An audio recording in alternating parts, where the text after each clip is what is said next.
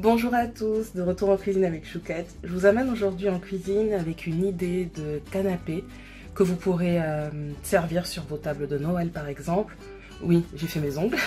Donc soit sur vos tables de Noël ou sinon pour un brunch en solo. Donc aujourd'hui, j'ai décidé de faire des quantités pour une personne parce qu'on n'est jamais mieux servi que par soi-même, avec des ingrédients de qualité. Du coup, je me suis permise de ne pas retirer tous les emballages. Donc ce que vous ne voyez pas, j'ai du thé fumé. Donc moi j'ai pris cette marque. Vous pouvez prendre celle que vous voulez. Et on va faire des œufs pochés avec ce thé fumé là. Ce que vous n'apercevez pas, donc un avocat. De toute façon, comme d'habitude, les quantités seront sur le blog détaillé. Et du thon, donc j'ai pris cette marque Serrat que j'avais trouvé au Pays Basque. Et qui est top, tout simplement. Du vinaigre balsamique, du miel. Un croissant, un œuf, enfin bref. Et là, j'ai mis à chauffer l'eau, puisqu'on va pocher les œufs. Je débarrasse et on commence.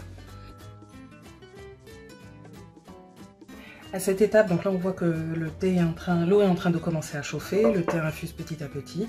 On ne veut pas que ça bout, on veut vraiment que l'eau reste frémissante. Donc là je vais baisser un petit peu le feu et laisser continuer à frémir. Pendant ce temps, je commence à préparer mon guacamole à côté. Donc toujours finir par l'avocat.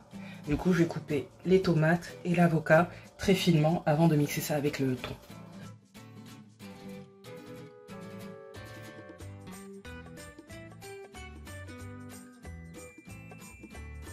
Donc attention, ça va aller vite. Là, l'eau est frémissante. J'ai éteint le feu et retiré le thé. Maintenant, ce qu'on fait, c'est qu'on va rajouter le vinaigre, tourner et ensuite rajouter l'œuf entier pour le pocher dans le bouillon. Ce qu'il faut savoir, c'est qu'on met du vinaigre, donc ça crée un milieu acide. Ensuite, quand l'œuf va venir rentrer dans l'eau, ça c'est la petite astuce, ce qu'il faut savoir, quand l'œuf va rentrer dans l'eau, le blanc de l'œuf va se coaguler au contact du vinaigre, du milieu acide. Et du coup, ça va créer une pellicule autour, ce qui fait que le jaune d'œuf sera emprisonné dans le blanc. C'est QFT. Donc en gros, si vous n'avez pas de vinaigre à la maison, vous pouvez prendre du citron.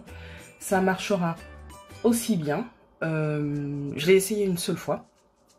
Et du coup, en gros, c'est créer un milieu acide qui fait que le blanc autour coagule. Au bout de 3 minutes, je viens délicatement récupérer mon œuf. Voilà, qui doit rester coulant. Et on les sort sur du papier sopalin, sans le casser. Je viens ensuite chercher mon thon, donc qui est au piment d'Espelette. Vous mettez la quantité que vous voulez, en fonction du goût. Et maintenant, on vient créer un guacamole. Donc, principalement, hacher grossièrement le thon. Et ensuite, incorporer le tout à la préparation. Tout ensuite, le jus d'un demi-citron. Donc ça permettra d'assaisonner et d'éviter que l'avocat ne noircisse. Un peu de sel, une petite pincée. Et ensuite une pointe de miel, juste pour rappeler. Sachant que le reste sera dans la vinaigrette.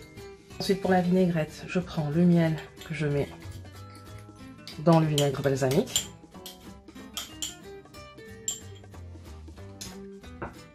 On mélange.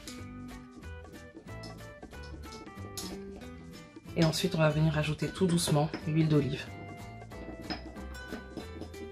Vous voyez, je n'ai pas mis toute la quantité d'huile d'olive. Je fais vraiment au feeling. Donc là, ce sera plutôt une demi-cuillère à soupe d'huile d'olive finalement.